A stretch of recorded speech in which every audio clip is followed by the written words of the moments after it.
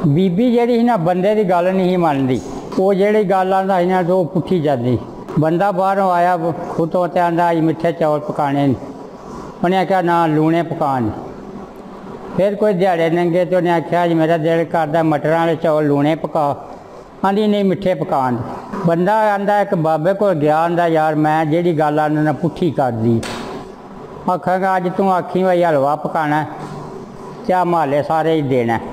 वो अपना आखन लगा भाई हलवा उत्थे बीबियां बाहर पियां सलाह करदियां ना अज हलवा पकाना तो आ महल्ले च देना, तो तू ना पकाई साढ़े घर भी तो दे ही जान दियां। उन्होंने सारी रात नींदर ना पई, उन्हें क्या वो केड़ी है जी साढ़े घर हलवा दे।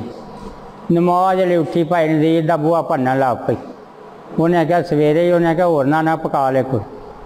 उन्हें ली सूजी 5 किलो खंड लई, हलवा पकाया चंगा, सारे महल्ले च पे दे। उन्हें क्या जी बड़ा सोहना हलवा है, मनता मन्नी ही कोई, बठड़ा भर के खूते भी लै गए। वो बंदे ने खाधा, 12 बजे आया घर हाल शाल छड्ड के, तो भाई नज़ीर आंदा भाई तुहाडे घर सौदा गया ही इन्ना।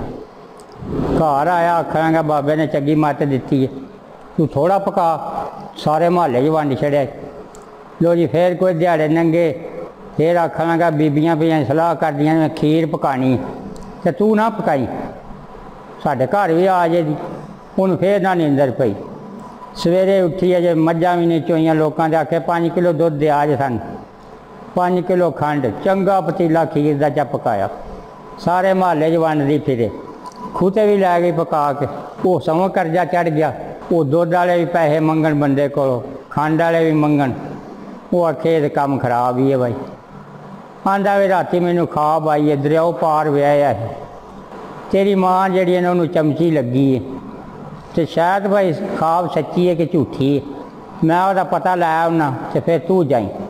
उन्हें कहना मझ चवा लें किसी को, उन्हें कहने दोवे जाने, मझ असी नाल ही लै जाने, नाले अम्मा हरी कोई चाह शाह पीन दे वाल लाउन दे, अपनी मझ लै आवांगे।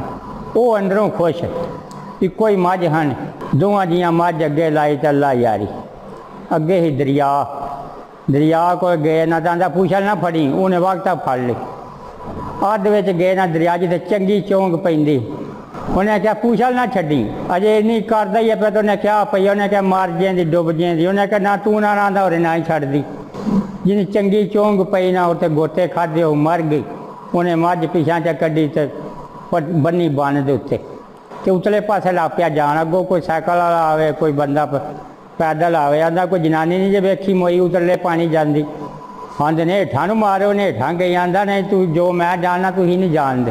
वो पुट्ठी, उन्हें मोई ने भी उतले पासे जाना, थल्ले नहीं जाती, छोटी छोटी है, खुश अंदरों, जो काम ही पुट्ठा ही करती।